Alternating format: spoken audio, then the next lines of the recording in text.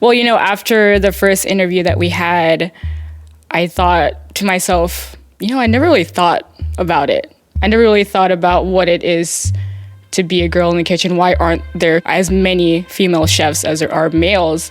And it got my wheels turning a little bit. I had never thought about it. Menu number 2, please. Repeat for you now. Menu number 2, please.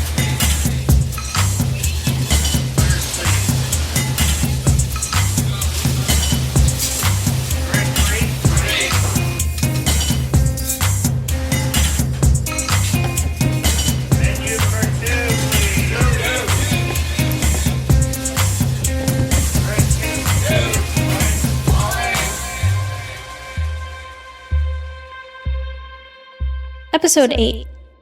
Changes. This is Copper and Heat, a podcast exploring the unspoken rules and traditions of the kitchen. I'm Katie Osuna.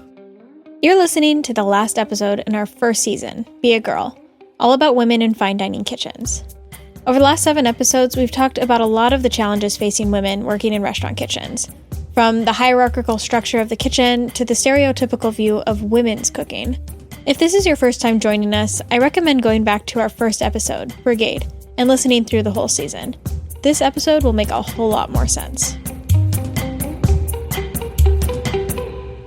Just a heads up, there's definitely going to be some cursing, and we're going to talk about topics that might not be safe for work. This episode has been a long time coming. We've been struggling to get this one ready. My partner Ricardo and I both got busy with day jobs, and of course there were holidays.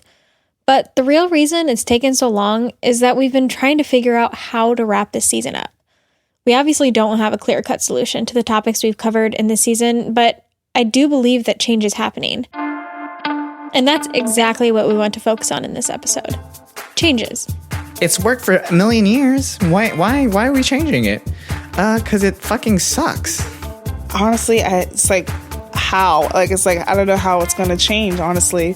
I just think the industry is very different than what it used to be.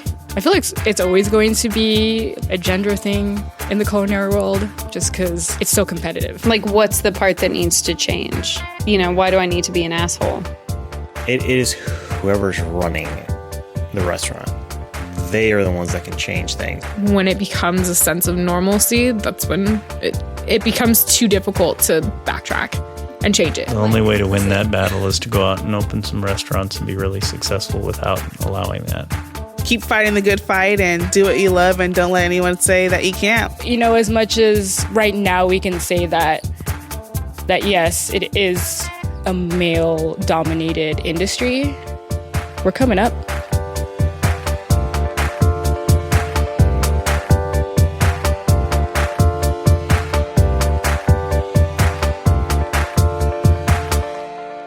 There's been a big push in the restaurant industry over the last several years about representation and recognition. Media outlets and awards have paid particular attention to the gender issue, especially in the aftermath of Me Too. Bon Appetit's Best Restaurants list went from having 2 to 5 women in positions of leadership. Food and Wine top chefs went from 3 out of 10 in 2017 to 6 in 2018. And in 2018, over half of James Beard Award winners were women or people of color. Here's the interesting thing, though. There's been a lot of talk over the last 5 years about being better about representing and recognizing chefs that are ladies and women of color. And representation has increased. In looking at the data, can you guess the change in how many women are chefs or head cooks? Maybe it's got up 5-10%? Not so much. As of 2017, the U.S. Bureau of Labor Statistics estimates that around 19% of chefs identify as women and 9% identify as women of color. And that hasn't really changed in at least the last 15 years, since 2003. Before 2003, the census didn't distinguish between chefs, head cooks, food preparation supervisors, or other food service cooks. They were all just lumped into one category, so we can't really say what the data is before that. But at some point before 2003, women made their way into restaurant kitchens and worked their way up to a chef position. But then what happened? Obviously, representation and recognition is incredibly important, and it does take time to see the results in the data, but there's also a lot more at play, preventing women from reaching the top. We've spent the last 7 episodes discussing it, and we barely scratched the surface. I wanted to try to have these conversations with others, but I was scared. And I wanted to start having these conversations with people, but I didn't know how. So before we even started production on episodes, I had this conversation with my dad. He's been giving me pep talks since I was tiny. My brother and I ever so lovingly called them lectures growing up. Okay, I can either play along so that I fit in, or I can be like, you guys are being assholes, and then be labeled as the outsider and be like, oh, well, you just don't get it.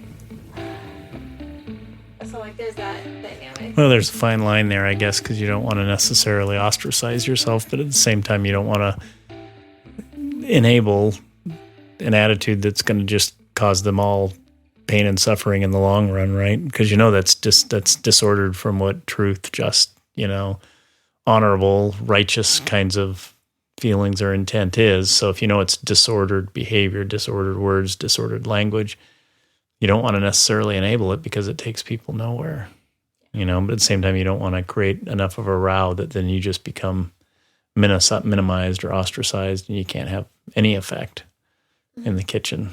So I can see where that would be a tough thing. Hello? Hello. Hi. Hey, we are now recording this call. Good to know. Besides talking with my dad, my partner Ricardo and I had a lot of conversations about why and if we would do the podcast. We would talk about it a lot, all the time, even while we were driving to work. This is a recording from one of those conversations. I really believe in what we're doing, and I really believe in your unique perspective on the story that you're telling, looking into kitchens, interviewing cooks, talking about your experience as a woman in fine dining. I think that's a really unique experience and perspective, and the importance of the stuff that you're diving into on the podcast and wanting to dive into. Yeah. I mean, part of it, I think, is also just why would anybody want to listen to me? Yeah, I think what we're talking about is cool and interesting and important. That's my whole struggle with doing it in general. It's also is it though? Is it really interesting to people? Well, not even just interesting, but what's the point? Right. Is it really important?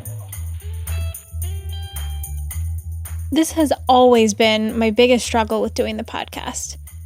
Even now, after we've produced almost a whole season, there's always this voice in my head that says I'm being too sensitive, that I'm just complaining, that there's no point to sharing my experience, which is something that I've had to work through while making the season, and honestly am still working through on the daily. Though we received overwhelming support from friends and family, and a lot of you who are listening and working in the industry, validating my experiences and sharing your own, there are always the skeptics, voicing out loud what I was already telling myself. But that one instance in particular where I was just freaking fuming at work, and I'm like, where's my phone? I need to text Katie. This is Caitlin. Man. She's the executive pastry chef at a restaurant in California. We work together at the Plumed Horse, and she's been in the industry for a lot of her life. You've heard her on some of the other episodes, and speaking of supportive and positive, she's been listening to the podcast at work with her team. I got a text from her one day after she was listening to an episode in the kitchen. Which episode was it? Maybe the 3rd episode, possibly. I think you said it was the one where I was talking about France. Yeah, when you guys were in France. If you want to listen to the whole story, go back and listen to the 2nd episode in this season, Oddity. Here's a recap, though. When I was working at Manresa, our team took a trip to France to cook a few pop-up dinners at some of the most highly regarded restaurants in the country. The entire team was introduced to one of the top Michelin-starred chefs in the country. He introduced himself to everyone and shook their hands. When he shook my hand, he just said, "Ooh la la," and continued to introduce himself to the others. I was pretty furious, and my friends, Nick and Chris, who are other cooks at Manresa, backed me up. One of my sous chefs goes, I don't know. It kind of sounds like she's just like complaining a lot. And I swear, if my hair wasn't up in a bun, it would have just been like this epic, like movie-esque moment of just whipping around and like making eyes at him. And I was like, excuse me? He goes, yeah, I don't know. Just like, it sounds like she's just kind of like just whining and complaining like through the whole thing that she's talking about. And I just kind of like, I had no freaking words. I was just like, oh man. I just shook my head and I walked away and I was like, I can't believe you actually just freaking said that to me. And I was like, you're clearly not paying attention. You're clearly not listening. It makes me furious because I'm just like, hi, this is not an issue for you. So why are you like bringing up your stupid, petty fucking opinion about it that like we don't want? Like, that's not the point. It's not the point to point out like, oh, she sounds like she's really upset about something. Yeah, she fucking is. Rightfully so. And the worst part is that it's like so like awesome listening to your team be like, oh yeah, we were about ready to like just throw down. We're like, did he just say that? And I'm like, yes, there are guys. They do get it. And I was like, woo, like Team Manresa, like killing it, you know? And then I'm like, I whip around and I'm over here disappointed as shit in my team, which I'm just like, well... There are guys who do get it. And I have to say, the friends that I've made over the last couple years are champs. Each of them sat down with me for over 2 hours and not only talked about all this complicated and touchy stuff, but we had some great conversations that were not easy. And they even got a little uncomfortable. Well, yeah, no, this is an intimidating conversation to have because, you know, like, you're going to put this out there and people are going to, like, hear it. And regardless of what I'm saying and how you see my body language right now and how you're really understanding what I'm saying, somebody who's hearing it is going to understand it the way they want to understand it. And nobody's going to please everybody, you know? So it's an intimidating conversation to have. And you're putting your thoughts and opinions out there and somebody's going to feel some certain way about your thoughts and opinions and it might not be a good one. So, you know, they could be thinking this Fred guy's full of shit right now. So it's just like weird because you're right. No one talks about it necessarily. And then like currently I'm thinking like, what am I going to say that's going to just sound terrible? But not trying to sound terrible. And I don't think I'm succeeding.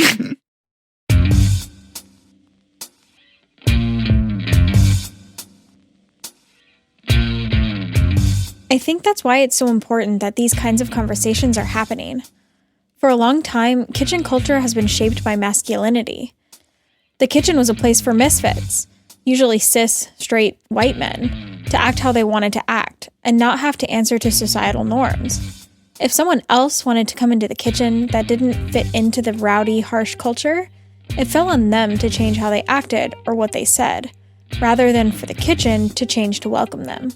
That's just the way it was.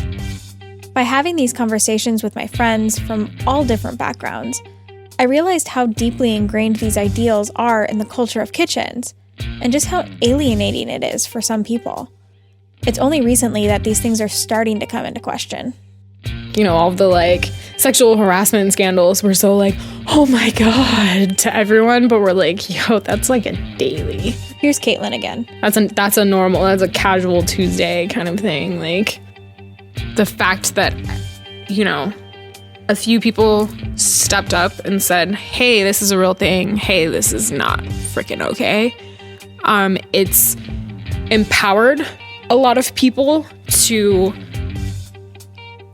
not be so hush-hush about it and break that mold of normalcy.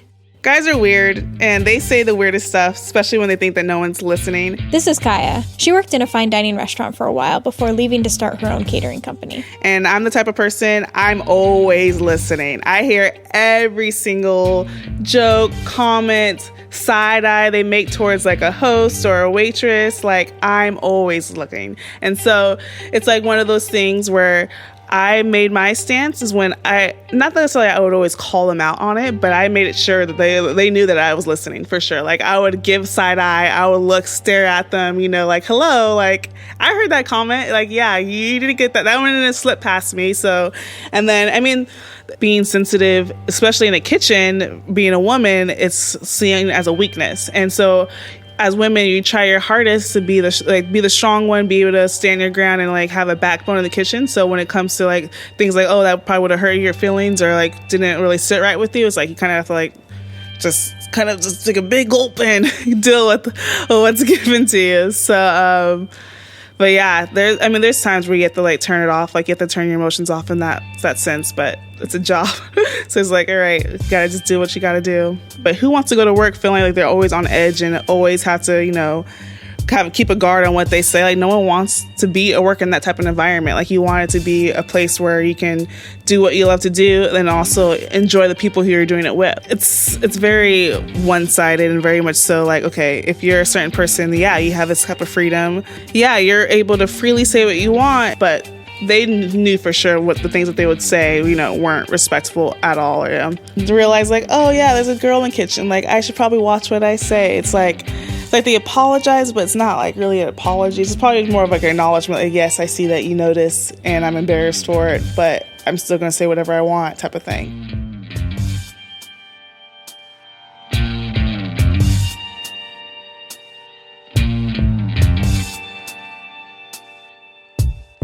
It's a little bizarre to be having these really personal conversations, while at the same time reading about all the larger scale dialogue going on between media, awards outlets, and well-known chefs. The discomfort and awkwardness that comes out person to person gets even more amplified when you're dealing with people who operate in the public sphere. In August 2018, I attended the MAD Food Symposium in Copenhagen. MAD is a gathering of people from all sorts of disciplines in food: chefs, farmers, journalists, academics, and so on. It was started by Renee Redzepi of Noma Restaurants, so there's always a lot of hoopla surrounding it, with lots of famous people in food attending. I met a couple women who were journalists, with their work published in all sorts of magazines: Time, Bon Appetit, Food and Wine, Condé Nast. I made this comment about how media plays an important role in helping women chefs gain recognition. They got defensive and countered my comment by saying that they have a job to do, and that's to cover what's already happening in the industry. And it's not just them. Back in 2016, when Time magazine got a lot of flack for only featuring 3 men chefs on the cover of their Gods of Food issue, the section editor said the same thing. They can only cover what's happening in the industry. The chefs that are most influential are men, because they're the ones that have been in kitchens. If chefs started to talk about the gender issue, then they could cover it. Then came the Me Too stories, and suddenly there was this dramatic event, a story to tell that brought these issues into the forefront. Women were starting to feel powerful enough to talk to us. This is Kim Severson, a food reporter for the New York Times, at a New York Times event held in San Francisco back in July 2018. She was part of the team that broke the Me Too stories in the food industry. So it's sort of it was like a wave that we were just riding, and so I spent hours, we all spent hours listening, it's just a lot of it's listening, right? We had to build trust with them and say, we're going to tell your story. The Times is a great platform to tell the story, and we just were very patient and talked, and eventually it just miraculously, all those women wanted to talk finally. And it was so powerful, right, that to hear the woman's voice, and it took all this sort of shame out of it in a way. And we won a Pulitzer for a number of stories at the Times, 10 different stories about the Me Too thing. And not that this is not for nothing, but all of the writers except for one were women. And I think the editors changed what they thought was a story, right? What deserves to be on the front page. If I said I want to write about sexual harassment in the restaurant industry 5 years ago, the editors would be like, it's okay, but maybe we'll, But these are now front page stories. This was just, there was an energy happening, a cultural shift, and we were able to, provide an opportunity for all the women who came forward and would talk about it, because it was really their story, and we just were respectful enough to sit back and listen and tell it as honestly as we could. So it's not anything we did, it was really the women who came forward. So all props to them. It's complicated. On the one hand, you have writers and journalists saying it's up to the chefs and those in management. On the other, you have chefs taking the stance that they're doing their job and the media needs to step it up. People can apply for jobs. If people have a passion for opening up a restaurant or working in a restaurant, they can follow it. It's their decision.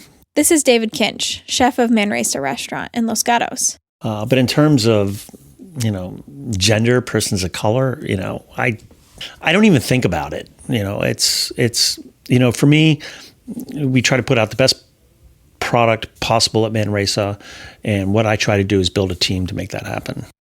That's why your decision has to be merit-based and someone being in the right place at the right time. But I think the media is going to play a big role. They have to play a big role in promoting more nurturing restaurants and kind of out of that tunnel-visioned, glossy food magazine, trendy restaurant, which I think tends to be run by a lot of guys. The issue is complex, and there tends to be a whole lot of finger-pointing. We can say chefs need to be doing more, or the media isn't doing a good enough job of representing everyone, which are both totally true. But there are changes on that front as well. Our previous episode, View from the Kitchen, is all about 3 chefs, Chef Rima Seal, Tanya Holland, and Dominique Kren, that are making some great changes in their kitchens. Plus, there are a lot of new food writers that are challenging the old guard. Take Soleil Ho, for example, chef, podcast producer, and newly hired food critic at the San Francisco Chronicle. She's stirring up a whole lot of controversy by doing things like straight on addressing race and gender in her reviews and removing the star rating system altogether.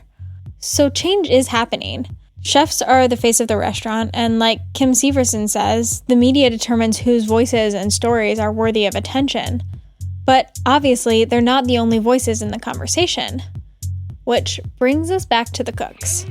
What about the people who are stuck in it? Change happens slowly because these attitudes and feelings are ingrained in what we as cooks do every day.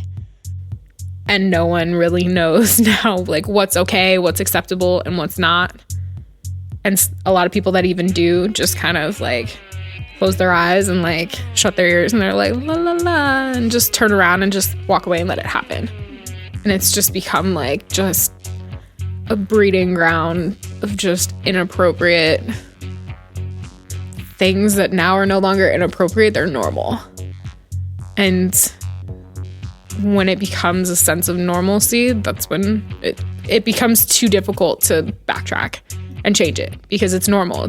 It's their routine, and people like routine, and especially us, we're creatures of habit. And so it's cool. Every day it's going to be the same thing, and this is how it's always going to be, and it's always okay now, which is shitty. We're creatures of habit. We're trained to be that way. When we're deep in the weeds on a daily basis, we let our instincts and our experiences rule us. And sometimes that comes out in a way that we don't necessarily want, in a way that we regret later. I know that happens to me all the time. Change isn't going to happen overnight. Sometimes change needs a catalyst, a big event that propels the industry forward, like the Me Too stories coming to light in the media, because they're big and scandalous enough to be newsworthy. But for the change to actually take hold, the people who are in the kitchen every day just trying to get their job done, their voices need to be heard as well. I had this conversation with my friend Dan about putting our opinions out there, and he said something that really resonated with me, and what I think a lot of cooks are feeling nowadays. I guess it's a self-conscious thing where it's no one wants to listen to me.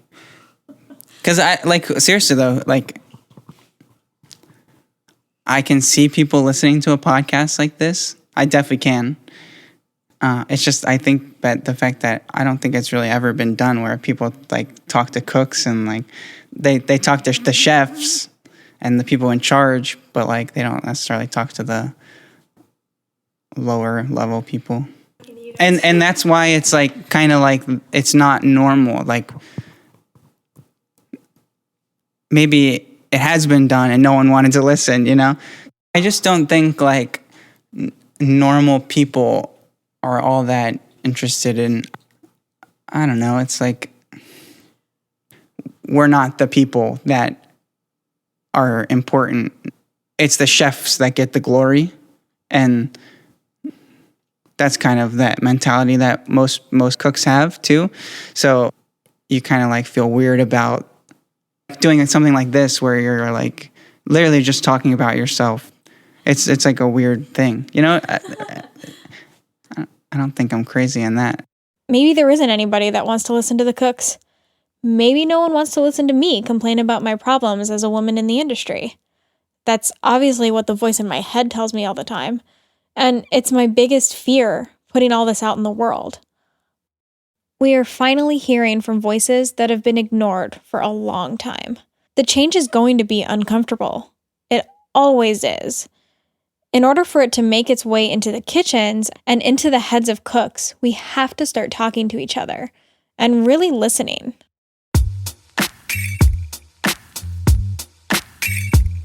So what have you been thinking? What are your notes? My notes. This is Edelyn. You've heard her a lot throughout the season.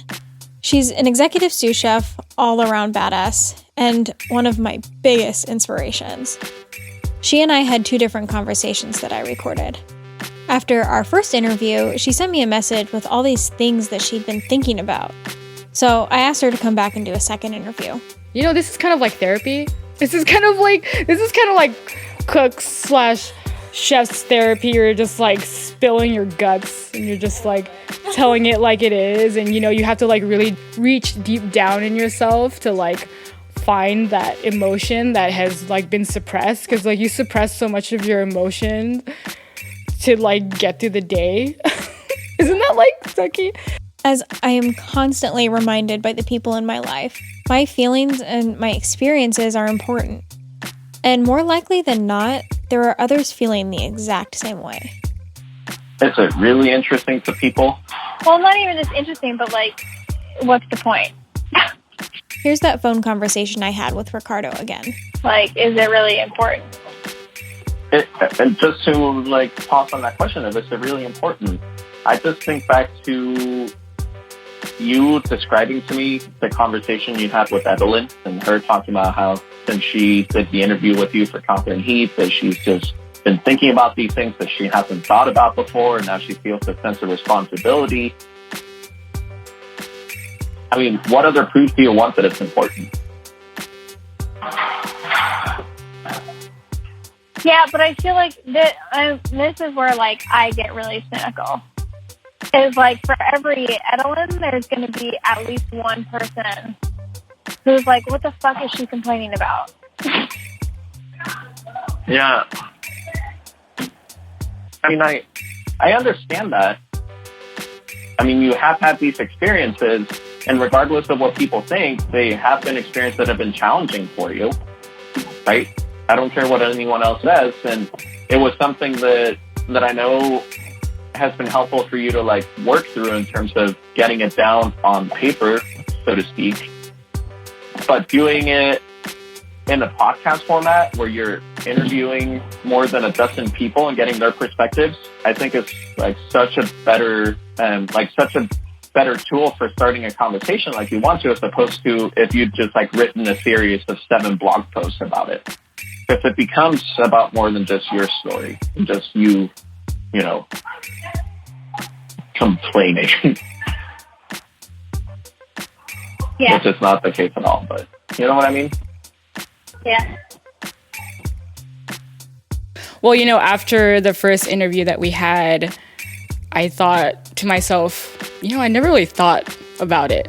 I never really thought about what it is to be a girl in the kitchen. Why aren't there as many female chefs as there are males? You know, and it got my wheels turning a little bit. I'm like, you know what? Why? I had never thought about it. I was just too busy trying to do, you know, my best and trying to make a name for myself that it never really crossed my mind. But the more I think about it, the more I feel like I have a responsibility to, you know, be a good role model for future female chefs out there. You know, and this responsibility that I feel like I have more now, you know, I just want to empower them to let them know that we have a place in the kitchen.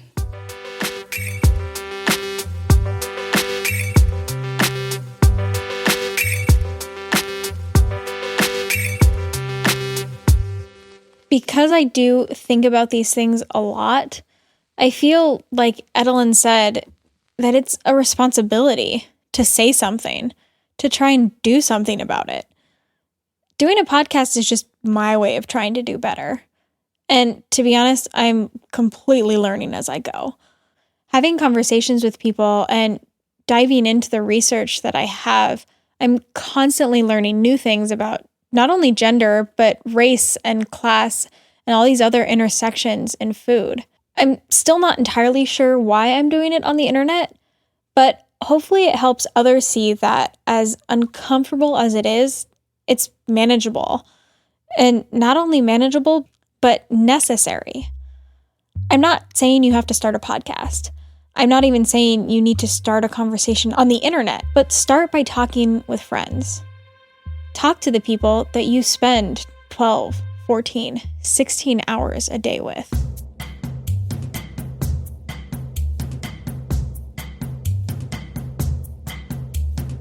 If you start to understand people on a human level and not just on a surface level, you will find somewhere to connect with them.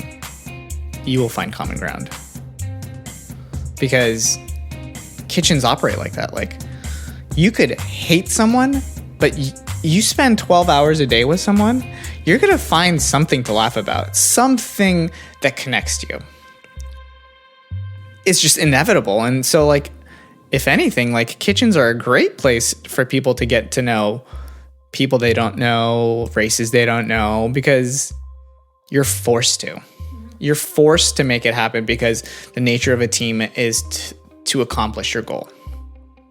I worked for somebody who actually was very, very pro only hiring diverse people. I remember it created a way more equal foundation as a restaurant. We were all very different people who had very different backgrounds, and the gender ratio was very spot on to 50-50, and it was one of the best environments I had. I think that was an environment that everybody learned from everybody more than I've seen in any kitchen.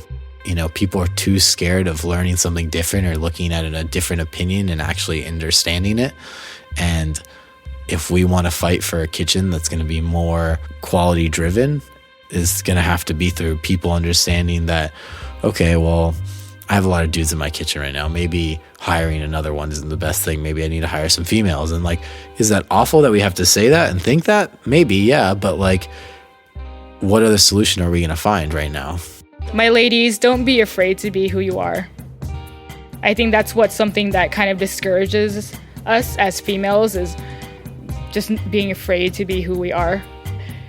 When a position opens up for a sous chef or executive chef or whatever, a lot of times we aren't the first ones to really go for it. We got to go for it because we can do it. We can do anything just as well or even better as a male can. And the more I feel like the more we really empower each other, the more that we will get recognized, and not just being recognized as female chefs, but just recognized as chefs. Don't completely end up losing yourself just because you feel like the person you are, and when I say person, air quote, you being a female is what I really mean. Let that deter you from being like authentically yourself. I had to change how I am because I felt like it was the only way that I was going to succeed. Don't feel like you have to become this like cold-hearted bitch just to do your job correctly. And don't let anyone tell you you need to be more aggressive or anything. Just get it done the way that it feels right for you, because it's going to be the easiest way for you to achieve what you're achieving when it's comfortable and right for you. Just be straight up you. These conversations are starting to happen. And it's inspiring to see people come forward about their issues with the industry. And it's really exciting. Overwhelming, but exciting. And for all those of us in the weeds of the industry, it's important for each of us to realize that we're not alone. We might come from different backgrounds and have different experiences, but we're all here to cook. And no matter what gender, ethnicity, sexual orientation, it's got to be a kitchen where everyone is welcome.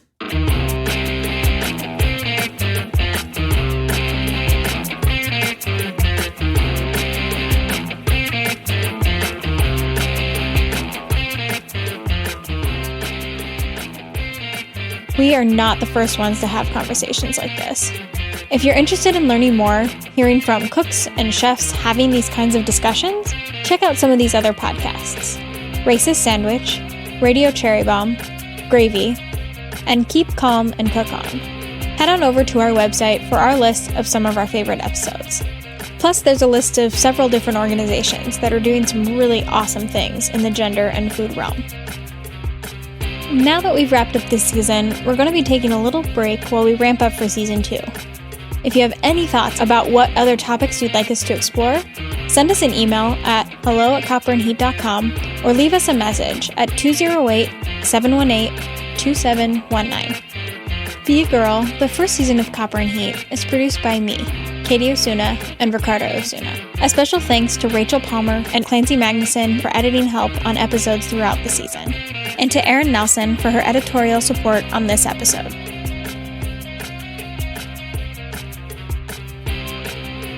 A huge thank you to everyone involved helping make this first season possible, especially our beautiful interviewees: Dan D'Amico, Fred D'Andretta, Kaya Fuller, Edelyn Garcia, David Kinch, Mitch Leinhard, Christopher Hamilton Lord, Caitlin McCullough, Mary Stewart, Chris Stewart, Dylan Stewart, Courtney Weil, and Koji Yokoyama. And a special thank you to the New York Times subscriber events team for allowing us access to their event, The View from the Kitchen, with Kim Severson and chefs Rima Seal, Tanya Holland, and Dominique Kren. We're still trying to get the word out there, and we need more listeners. Don't forget to subscribe to us on iTunes or Stitcher and leave us a review. It helps us so much. Please help us spread the word. Head on over to Twitter or Instagram and find us at Copper and Heat. And last, thank you all so much for listening. We'll be back.